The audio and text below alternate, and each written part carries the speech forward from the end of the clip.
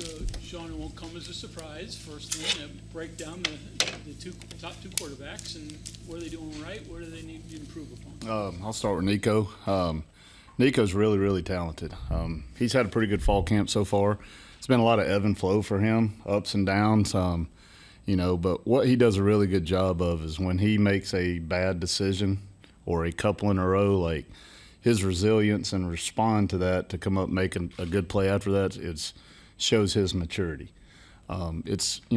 Maybe some days it's fast for him, some days it's not, but he's improving each and every day, and proud of where he's at right now. Garrett's athletic. Y'all all know he can use his legs to help us out. He's really improved with his eyes. The next step we got to do is we got to get him to, not think as much and just react. We have rules of the plays. Sometimes he goes out there and he goes, I think, I thought. And, if we can get those plays eliminated, then he's got a chance to be really good as well. So pretty pleased where we're at. We still got a long way to go, but I think we got 22 days, so that's plenty of time to get to where we need to get to. I'm happy where we're at this point in camp. The experience that Garrett gained last year, playing significant football, how much does that help? Well, there's no way it hurts. So with him, I would say that experience is going to go a long ways with his development. He's been in the fire.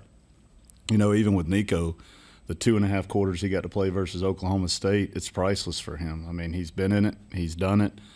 He's probably done it in the toughest elements you could do it in that monsoon we had, and executed at a pretty decent level. So I think with both of them, it can only help. The mistakes that you're seeing, are they repeat mistakes or are they different mistakes? What are most of the time, so every day we have a new install. All right, so I would say probably we're sitting about, probably about 95% of the offense installed after today. So most of those mistakes, a high percentage of them are on the new stuff for that day. I can probably say, you can probably count it on one hand how many repeated mistakes we've had. And the last time I coached quarterbacks, that's a drastic improvement. Because before, 2 years ago when I was coaching them, we were making the same mistake over and over and over again, and you're just not seeing that right now. And that's really why I'm pleased where we're at. Do we have a long way to go? Yes, but when we correct it, they do a really good job, probably 90 to 95% of the time, of trying not to make that happen again. Now, it's going to happen every blue moon, but they're much better when it comes to that. Is there an ideal time to decide on a starter so they have enough time before the opener to? Yeah, I mean, that's Coach Brown's decision.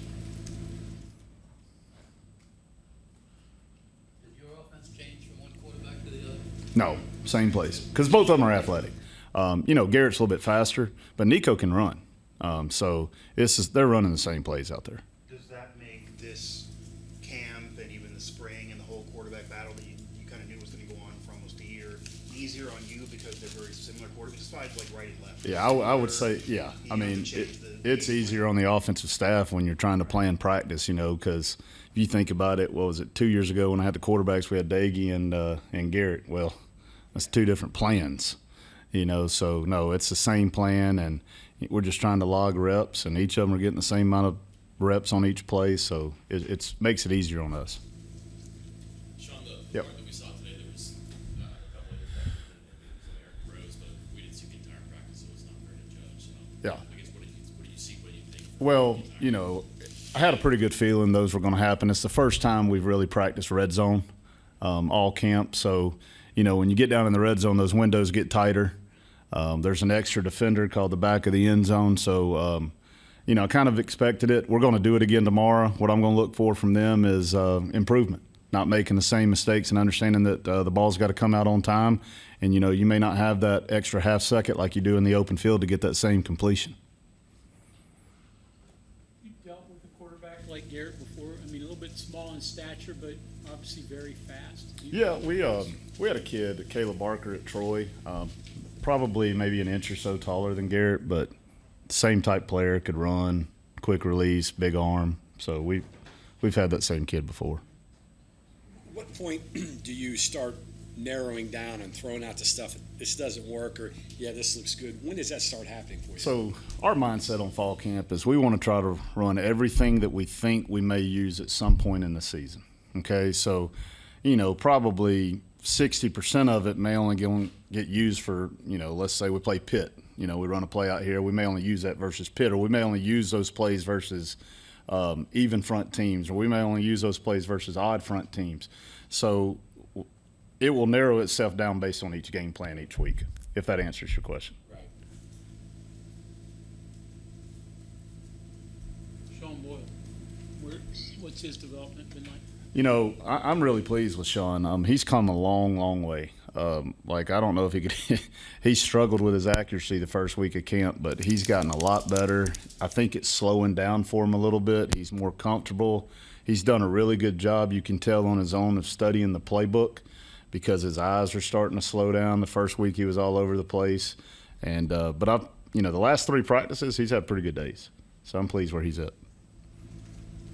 Obviously, the more familiar receivers and quarterbacks are, the better they get. Right. With the movement in college football today, and you're a perfect example of it. Yeah, I mean Does that hurt the passing game to the not so much just your situation, but just overall in college football? It used to be throw. Now it's a little different. Yeah, I think what you got to do is you got to look at the summer. What the NCAA allows us to do, and they've got to get their timing down in the summer before they get into fall camp, and then you're just trying to fine-tune it. But I think with the portal now, you probably got 99% of your team come June. June and July is where the timing has got to come into place, and then you're just trying to fine-tune that timing in fall camp.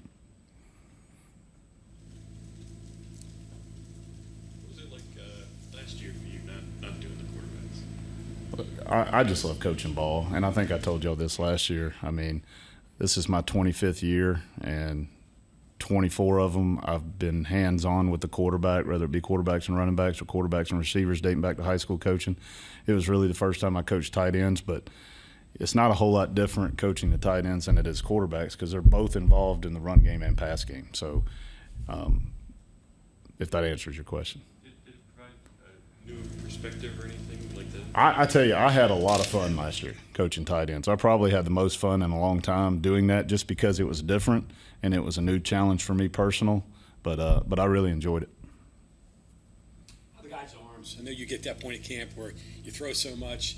Are you at that point you have to start taking care of them a little bit, or are they still okay? They do a really good job. So we probably average between 150 and 200 balls a practice on a normal 2-hour practice day. Now, we threw less than that today. Obviously, it was shorter practice, but we don't throw at night. If we do, it's no more than 10 to 20 balls. So we do a really good job. Coach Mike has an unbelievable arm care system that they go through multiple times a day. So we haven't really had many arm troubles since I've been here at West Virginia because Coach he does a phenomenal job. Scrimmage tomorrow, what can you learn from that for the quarterback position and offenses as a whole? Yeah, I just think it's playing football. Like in practice, you've got those drills, whether it be third down pup or first down play second or red zone. Well, in a scrimmage or where you play a quarter, all those can come up at an instance. And what I'm looking for is a quarterback understanding that situation when it's not told to you before the period begins. And that's where we got to grow. Like we did a first quarter the other day, a lot of good teaching in that. And what I want to see on Saturday is can they take that teaching and put it into that scrimmage. And if they can, then we'll be right where we need to be. Along those lines, a good scrimmage for you tomorrow for your quarterbacks will be what? Decision-making. 100% decision-making. And I'll tell them they don't know this yet, but I am looking for 90% grade or higher on all decision-making. That's run reads, RPOs, pass game. Now, is that completion percentage? No, because there's a lot of factors that go into that. But I want them to be 90% or higher on decision-making on what they're supposed to do with the football. And if we can get to that point, then we're going to be just fine. Where have they been to this point? We're sitting – from day one to here, the whole room is probably, I want to say we're around 86% with all 5 quarterbacks. I don't have the numbers in front of me to tell you individually, but Nico and Green, would it be a jump to get to 90, or is no, that, they're pretty close. It's doable. It's really doable. Actually, each of them I think have had, somewhere around that mark in a practice on an install day, which is pretty tough. So I think, with the scrimmage being the playbook's open for everything we've installed, it's going to be a stretch, but I think it's doable to get 90% on Saturday. Just thinking of skills that quarterbacks need, and there's a lot of them vary from arm strength to running ability to decision making to whatever else it might be. Put those together, and where do they fall in order? Ooh, well, I think it varies from player to player. For instance, if you've got a smart kid that can run, then you put intelligence first, accuracy second, being able to run third. If you got a kid that maybe not as smart, where the coaching staff has to be smart for him, then you go probably accuracy, being able to run, to being smart, kind of in that order. But it just really depends on the player and what you're trying to do with him, because you got to build your offense around your quarterback, your running back, and your O-line. Arm strength, accuracy. Yeah, probably accuracy ahead of arm strength, because you can have not a very strong arm, and if you're accurate and on time, you can make up for that. You can throw it through a wall, but not be able to put it within 5 yards of a wideout, and that's not going to do you any good. Right. So I would put accuracy above arm strength.